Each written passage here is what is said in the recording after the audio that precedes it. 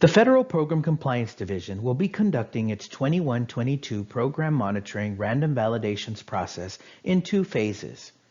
This training video will provide an overview of the Phase 1 process. For Phase 1 of the Random Validation process, the Federal Program Compliance Division administered programs that have been selected are the Big Four, which is Title I Part A, Title I Part C, Title II Part A, Title IV Part A, and Title I Part A Supplement Not Supplant. We will now take a look at the number of LEAs selected to participate in the Phase 1 process. For the Title I Part A program, 60 LEAs have been selected, and from those 60 LEAs, 1 campus per LEA has also been selected for the documentation submission. The selection method includes 12 LEAs being selected from 5 different educational service centers. For Title I Part C, 60 LEAs have been selected. 12 LEAs will be from 5 different ESCs. For Title II Part A, 60 LEAs will also be selected. 12 LEAs from 5 particular ESCs. And for Title IV Part A, 60 LEAs will also be selected, 12 LEAs from 5 ESCs. And for Title I Part A Supplement Not Supplant, 40 A's will be selected. For the selection method, it will be 2 LEAs per ESC. We will now take a look at the number of program requirements selected by program for Phase 1 of the 21-22 Random Validation process. For the Big Four, Title I Part A, Title I Part C, Title II Part A, and Title IV Part A, each of the programs will have 3 requirements that have been selected. For Title I Part A, Supplement Not Supplant, there will be 1 program requirement selected. The program requirements selected for Title I Part A include the Supplement Not Supplant methodology, School-wide Program Campus Comprehensive Needs Assessment, or CNA, the School-wide Program Plan or Campus Improvement Plan, CIP, stakeholders, and the Campus Written Parent and Family Engagement Policy. For Title I Part C, it'll be the Comprehensive Needs Assessment, or CNA, Priority for Service, or PFS, and Interstate-Intrastate Coordination. For Title II Part A, the 3 program requirements selected include alignment with challenging state academic standards, meaningful consultation, and prioritization of funds. The 3 program requirements selected for Title IV Part A include consultation, evaluation of program effectiveness, and description of Title IV Part A funded programs and activities. In summary, for Title I Part A, again, there will be 60 LEAs that are selected with 1 randomly selected campus per LEA. There will be 3 requirements. 12 LEAs will be selected from 5 ESC regions, and each LEA will only be required to submit documentation for 1 selected program requirement. LEAs will be notified upon selection which program requirement they are to submit documentation for. For Title I Part C, 60 LEAs will be selected. There will be 3 requirements. 12 LEAs will be selected from 5 particular ESCs to submit documentation for 1 program requirement. Title II Part A, 60 LEAs will be selected for 3 program requirements. 12 LEAs from 5 ESCs will be selected to submit documentation for 1 program requirement.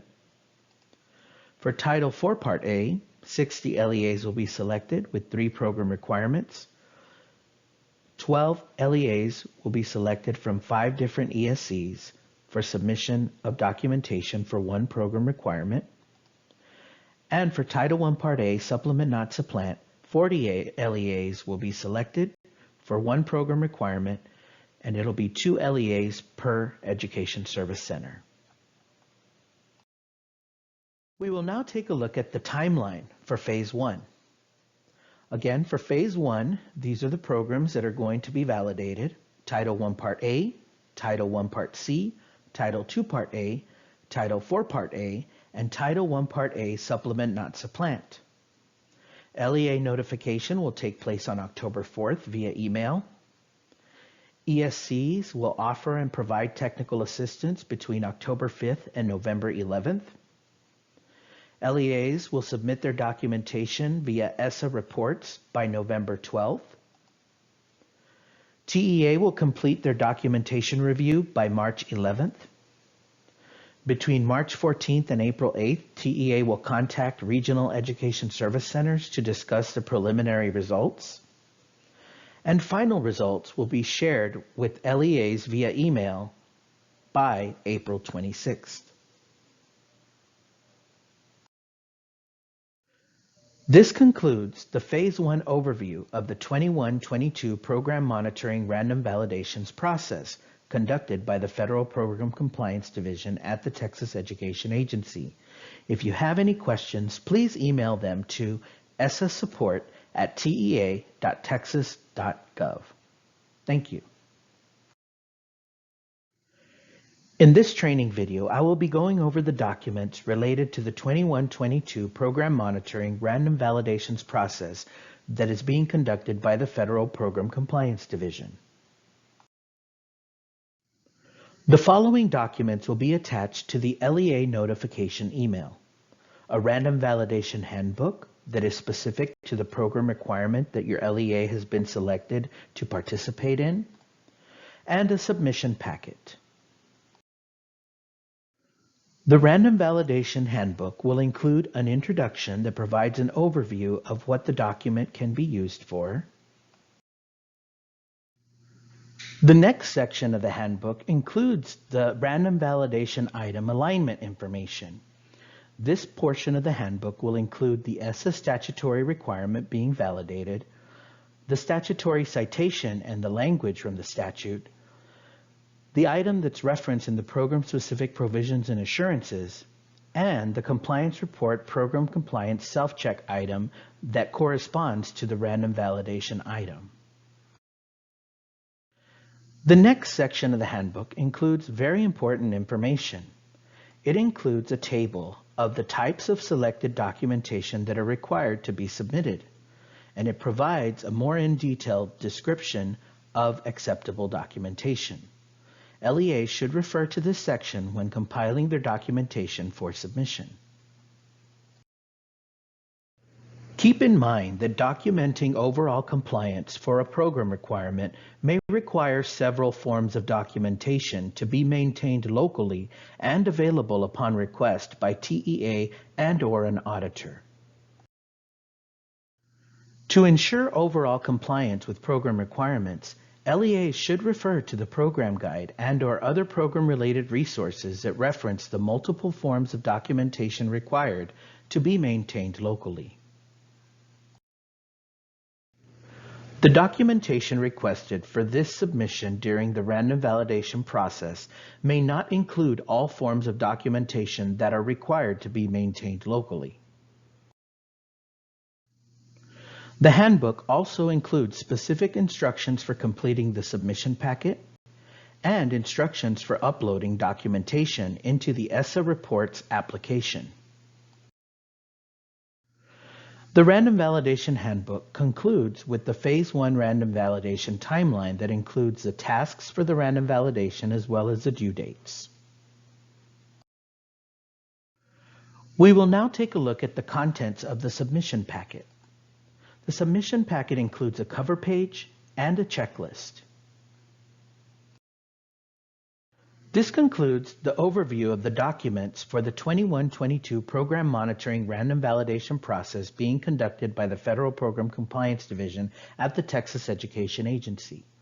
If you have any questions, please email them to essasupport@tea.texas.gov. This training video will go over the documentation submission instructions and requirements for the 21-22 Program Monitoring Random Validations process being conducted by the Federal Program Compliance Division at the Texas Education Agency. In preparation for documentation submission, the LEA should complete the submission packet cover page. The LEA should complete all the relevant sections of the cover page. For total number of pages to be submitted, this should include the submission packet as well. So if the cover page is page 1 of the submission packet, the checklist is page 2, and the documentation goes up to page 25, then the number to be included here is page 25. So it would read page 1 of 25. Please note that the campus information referenced below will only be requested for Title I Part A, since Title I Part A is the only random validation that will specifically be requesting documentation from the campus level. The document referenced here is the bottom part of the cover page. In this section, you'll be able to include any comments that you would like for TEA to see upon submission of your submission packet and documentation. Upon completion of the LEA cover page, the second page of the submission packet is a checklist. The LEA will complete the sections where it has a county district number and LEA name, and the section under the column labeled page numbers. TEA will complete the compliance status and comments, and the section at the very bottom where it has the information of the reviewer at TEA.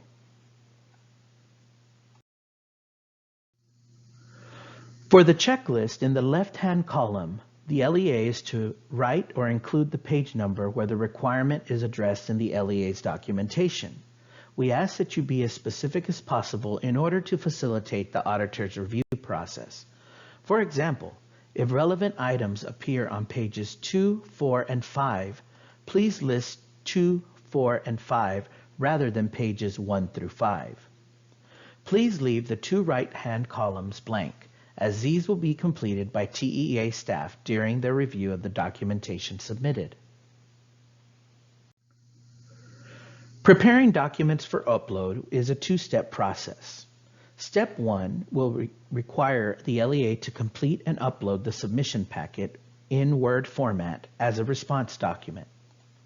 Step 2 requires that the LEA gather and assemble the documentation into one PDF file and upload the documentation PDF file as a supporting document. So an LEA will upload two specific documents, the submission packet in Word format and the documentation file in PDF format. We will now look at the uploading the submission packet response document specific instructions. So the LEA is to complete the document that consists of the cover page and the checklist in Word. Please do not convert the documents into PDF, and the document is to be uploaded as a Word document, which is the response document that the LEA is submitting first. The submission packet and documentation file will both be uploaded in the ESSA Reports application in Teal or the TEA login.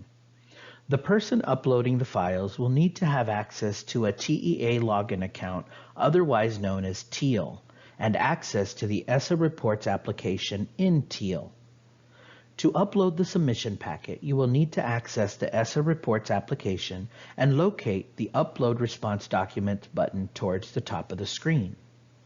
Click on the Upload Response Documents from the menu so that the menu items can appear. For Response Template Title, you will select the name of the random validation item that you have been selected to submit documentation for. For school year, you will select 2021-2022. For the response doc type, you will select Response Document for your submission packet. You will then click on Choose File, and a browser window will open on your computer to access your computer files. You will locate and select the file that you would like to upload.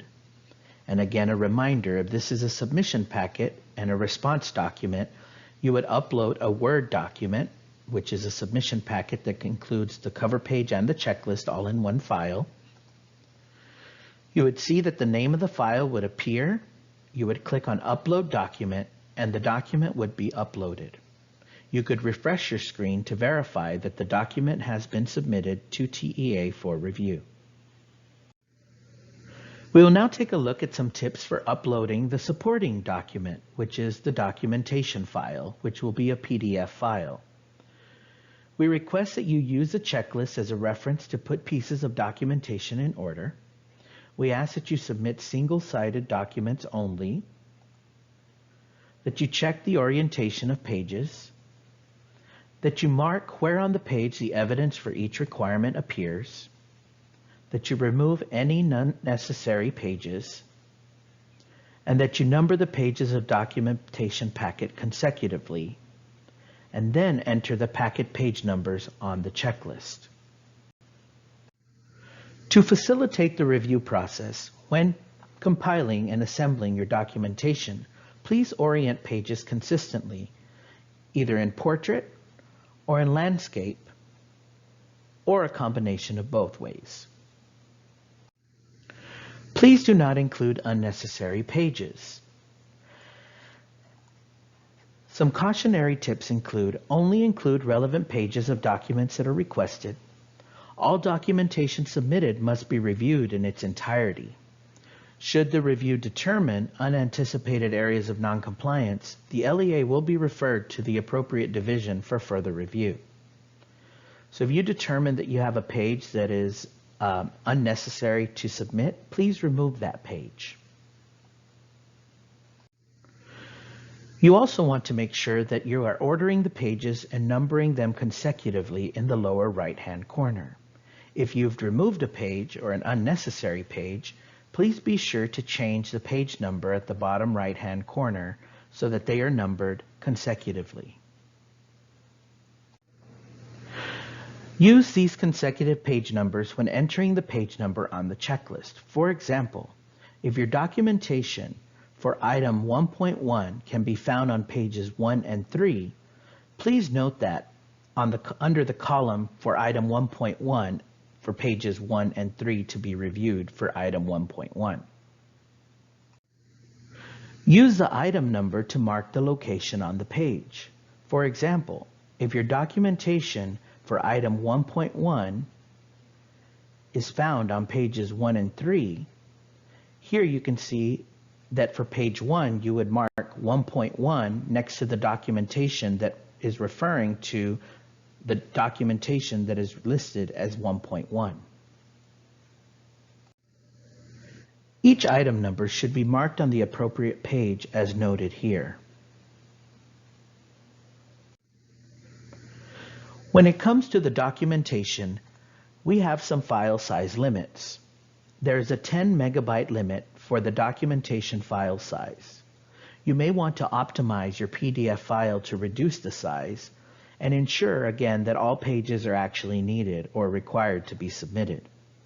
As a last resort, if you're not able to compile a file that is within the 10 megabyte limit, you can split the file and upload in sections as supporting document files. Please make a comment in the comment section of the cover page letting us know that you have uploaded multiple documentation files. Uploading documentation is similar to uploading the response document that included the submission packet, which was a cover page, and the checklist. However, this time we ask that you upload one documentation file in PDF format. To upload the documentation, you will need to access the ESSA Reports application and locate the Upload Response Document button towards the top of the screen. You click on the button for the menu items to appear. For Response Template title, you will select the response template for the actual random validation program requirement that your LEA was selected for to submit documentation. You will select 2021-2022 for the school year. On response doc type, you will want to make sure that this says supporting document. Again, this is for your documentation file. You'll click on choose file. A computer browser window will open so that you can search for the documentation file that you would like to upload. Once you've selected the file for upload, the name of the file should appear to the right of the Choose File button, As you can note here that this is a PDF file, which is what we are requesting that you submit as a supporting document. You would then click on Upload Document, and the supporting document should be uploaded. You can refresh your screen to make sure and verify that the documentation has been uploaded for our review. This concludes the Documentation Submission Instructions and Requirements training video for the 21-22 Program Monitoring Random Validations process. If you have any questions, please email them to essaSupport@tea.texas.gov. Thank you.